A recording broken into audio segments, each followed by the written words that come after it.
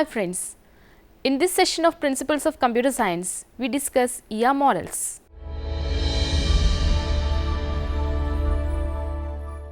During the past, large collections of data were processed manually.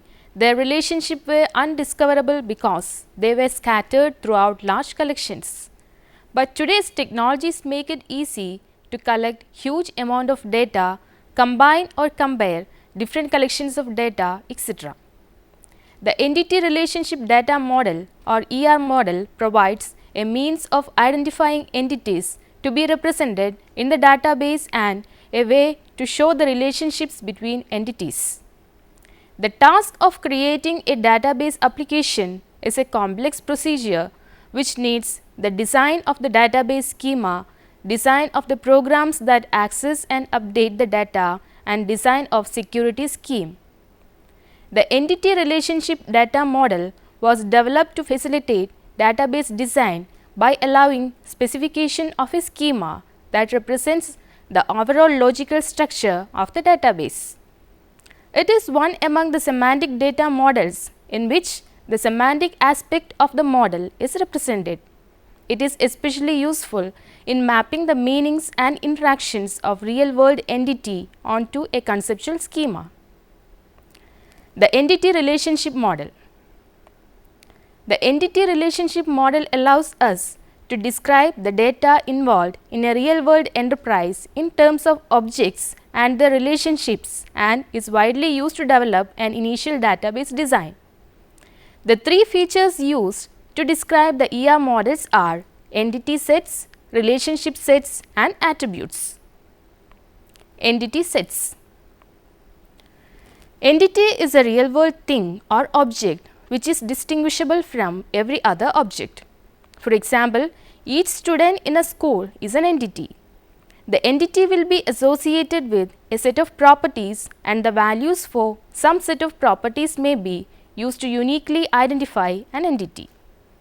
A student may have an admission number property whose value uniquely identifies that student. An entity can be tangible such as a person or a book, or it may be abstract such as a lawn, a holiday, or a concept. A set of entities of the same type that share the same properties are called an entity set.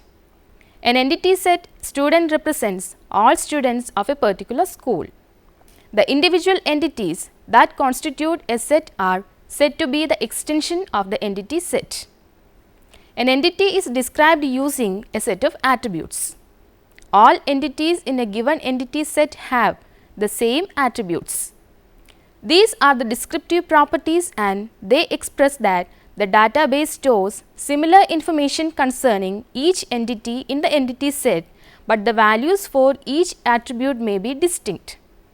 For example, the attributes processed by a student entity may include student ID, student name, house number, street, city, etc.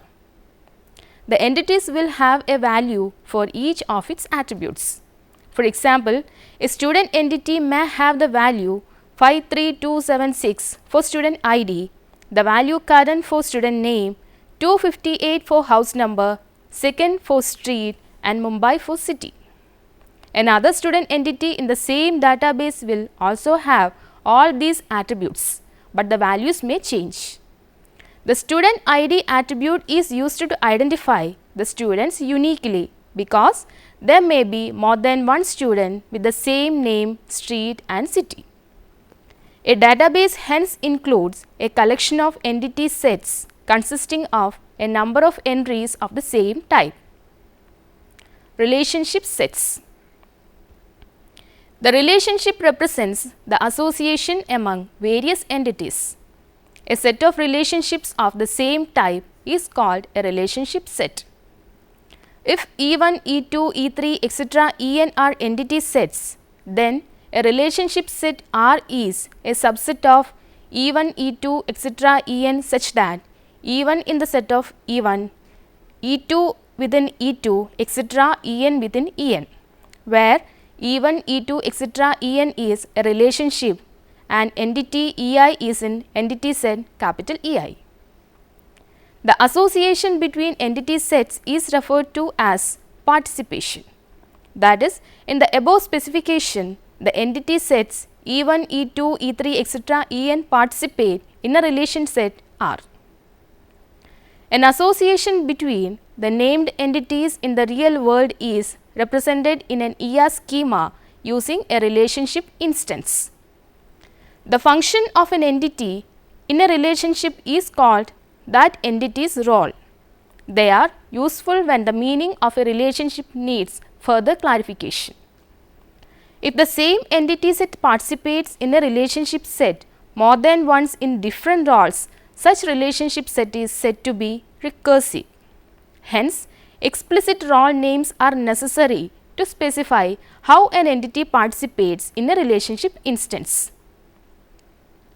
A relationship can have attributes called descriptive attributes. Descriptive attributes are used to record information about the relationship rather than about any of the participating entities. A relationship must be uniquely identified by the participating entities without reference to the descriptive attributes. The number of entity sets that participate in a relationship set is called the degree of the relationship set.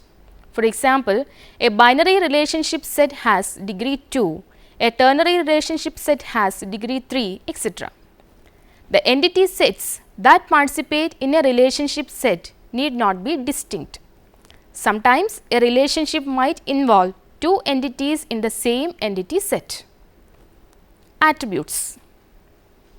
An attribute of an entity set is a function that maps from the entity set into a domain. The set of permitted values for an attribute is called the domain or the value set of that attribute. The entity can be described by a set of attribute data value pairs, and each entity set may have several attributes. The attribute values describing an entity constitute a large portion of the data stored in the database. If an entity has no value for a particular attribute, it takes the value null to indicate not applicable or no value exists. Various types of attributes are used in the ER model, such as simple, composite, single valued, multi-valued and derived. Simple. If an attribute cannot be divided into subparts, that attribute is said to be simple. Composite. If an attribute can be divided into subparts or other attributes, that attribute is called composite attribute. Those are useful for designing such attributes which the user wish to refer to an entire attribute in some occasions and to only a component of the attribute on other occasions. Composite attributes help to group together related attributes, making the modeling clear. For example, the address of a student entity can be composite, consisting of street, city, state and postal code. Single valued. The attributes for which there is only one value for a particular entity is called single valued attribute. For example, the admission number for a student entity refers to only one admission number. Multi-valued. Sometimes an attribute will have a set of values for a specific entity. This type of attribute is said to be multi-valued. The phone number for a student or employee is an example for multiple valued attribute because a particular student or employee may have 0, 1 or more phone numbers. Derived. If the value for an attribute can be derived from the value of other related attributes or entities, that is said to be a derived one. For example, the attribute age can be calculated from the date of birth and the current date. Hence, the age is a derived attribute. Constraints. Constraints within a database are rules which control values allowed in columns and also enforce the integrity between columns and tables. Each ER schema may define some constraints to which the contents of a database must conform. Some of the commonly used constraints are keys, mapping cardinalities and participation constraints. Keys. Keys provide identification of attributes and relationships to distinguish entities and relationships from each other. The attribute values must be designed so as to uniquely identify the entity. A superkey is the set of one or more attributes that taken collectively allows identifying uniquely an entity in the entity set. If K is a superkey, then superset of K is also a superkey. But in some situations, no proper subset is a superkey. Those minimal superkeys are called candidate keys. Assume that a combination of student name and student street identifies the members of the student entity set. Then the set student ID and the set student name student street both are candidate keys. Although the attributes student ID and student name together can distinguish student entities, their combination does not form a candidate key, since the attribute student ID alone is a candidate key. The primary key is a candidate key that is selected as the principal means of identifying entities within an entity set. The keys primary, candidate and super are properties of the entity set rather than a single entity. Any two entities in the set are not allowed to have the same value on the key attributes at the same time. Hence, the key represents a constraint in the real world. Like entities, the various relationships of a relationship set must also be identified or distinguished. If the relationship set R has no attribute associated with it, then the set of attributes primary key of E1 union primary key of E2 union etc. union primary key of En describes an individual relationship in set R. If the relationship set R has attributes A1, A2, etc. Am associated with it, then the set of attributes primary key of E1 union primary key of E2 union etc. primary key of En union the set A1, A2, etc. Am describes an individual relationship in set R. In both of these cases, the set of attributes primary key of E1 union primary key of E2 union etc. primary key of En forms a super key for the relationship set. The structure of the primary key for the relationship set depends on the mapping cardinalities of the relationship set. Mapping cardinalities. The number of entities to which another entity can be associated through a relationship set is called the mapping cardinalities or cardinality ratios. They are highly useful while describing binary relationships, even though relationship sets involving more than two entity sets can also be described. A binary relationship set R between entity sets A and B can be one among one to one, one to many, many to one and many to many. One to one. An entity in A is associated with at most one entity in B, and an entity in B is associated with at most one entity in A. One to many. An entity in A is associated with any number of entities in B, but an entity in B can be associated with at most one entity in A. Many to one. An entity in A is associated with at most one entity in B. An entity in B can be associated with any number of entities. Many to many. An entity in A is associated with any number of entities in B, and an entity in B is associated with any number of entities in A. The real world situation of the relationship set determines the mapping cardinality for that relationship set in the designing process. Entity relationship diagram. The logical structure of an ER model is represented graphically using the entity relationship diagram or the ER diagram. The important components of an ER diagram are rectangles to represent entity sets, ellipses to represent attributes, diamonds to represent relationship sets. links to connect attributes to entity sets and entity sets to relationship sets. Double ellipses to represent multi-valued attributes. Dashed ellipses to represent derived attributes. Double lines to represent total participation of an entity in a relationship set. Double rectangles to represent weak entity sets. These are summarized in the table. The table provides the generally used symbols of ER notation called the Chen's notation.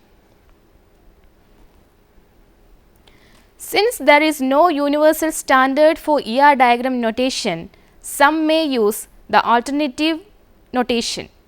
Here, an entity set may be represented as a box with name outside and the attributes listed one below the other within the box like given in the figure. This means that E is an entity set with attributes A1, A2, A3 where A1 is the primary key. The mapping cardinalities can be represented in an alternative notation called cross-foot notation as given in the figure. Here, the relationship sets are shown by lines between entity sets without diamonds, and only binary relationships can be modeled like this. For example, consider the ER diagram given here. There are two entity sets, customer and loan, connected through a binary relationship set borrower. Customer has the attributes customer ID, customer name, customer street and customer city. The loan is associated with the attributes loan number and amount. If the relationship set has some attributes associated with it, these attributes should be linked to that relationship set as given here. The customer name can be a composite attribute consisting of first name, middle name and last name. Street can also be composite of street number and name. A more precise representation of the above given ER diagram is as follows, which shows the composite, multi-valued and derived attributes. Weak entity sets. Some entities may not have sufficient attributes to form a primary key. Such entity sets are termed as weak entity set. An entity set having a primary key is called a strong entity set. Consider the entity set payment, which has three attributes: payment number, date and amount. Payment numbers are sequential numbers starting from 1 generated sequentially for each loan. Thus, although each payment entity is distinct, payments of different loans may share the same payment numbers. Thus, this entity set does not have a primary key and is a weak entity set. To be meaningful, a weak entity set must be associated with another entity set called the identifying or honor entity set. The weak entity set is said to be existence depend on the identifying entity set. The relationship between the weak entity set and the identifying entity set is called the identifying relationship. The identifying relationship is many to one from the weak entity set to the identifying entity set, and the participation of the weak entity set in the relationship is total. The discriminator of a weak entity set is a set of attributes that allows the distinction of the weak entity set. The discriminator for payment is the payment number, because for each loan a payment number uniquely identifies one single payment for that loan. This is also called the partial key of the entity set. The primary key of a weak entity set is formed by combining the primary key of the identifying entity set with the discriminator of the weak entity set. So, the primary key of payment will be the set loan number in payment number, where loan number is the primary key of the identifying entity set loan and payment number is the discriminator for payment. The given ER diagram represents the relationship between loan and payment. The double outlined box represents a weak entity set and a doubly outlined diamond indicates the identifying relationship. Double lines are used to show the total participation of the weak entity set payment in the relation loan payment, which means that every payment must be related through loan payment to some loan. The arrow from loan payment to loan indicates that each payment is for a single loan. The discriminator of the weak entity set is underlined with a dashed line. ER features. The basic ER concepts that model most database features, but in some situations it may require certain extensions to the basic ER model. Some of these features called specialization, generalization and aggregation are discussed here. The process of designing subgroups within an entity set is called specialization. Generalization is a containment relationship that exists between a higher level entity set and one or more lower level entity sets. Higher and lower level entity sets also may be designated by the terms superclass and subclass respectively. For example, the person entity set is the superclass of the customer and employee subclasses. In practical, generalization is the inversion of the specialization. In most of the database applications, both specialization and generalization are applied in combinations. Differences between the two approaches may be characterized by their starting point and overall goal. Generalization proceeds from the recognition that a number of entity sets share some common features, such as they are described by the same attributes and participating in the same relationship sets. Another important feature is aggregation and is an abstraction in which relationship sets along with their associated entity sets are treated as higher level entity sets and can participate in relationships. An example for aggregation is shown in the figure. Before we attend the next unit, please try to answer the following questions. What is meant by ER model? What are the different constraints used in database systems? What are the various methods of representing mapping cardinalities? Explain ER diagram with relevant notations. What is meant by weak entity sets? How can they be represented in ER model? Here are some books for your reference. J. Glenn Brookshire, Computer Science and Overview, 10th edition, Addison Wesley. A. Silberschatz, H. F. Koth and S. Sudarshan, Database System Concepts, 5th edition, McGraw-Hill. C. J. Date, An Introduction to Database System, 8th edition, Boston Addison Wesley. Hope you enjoyed this session. See you next time. Until then, bye.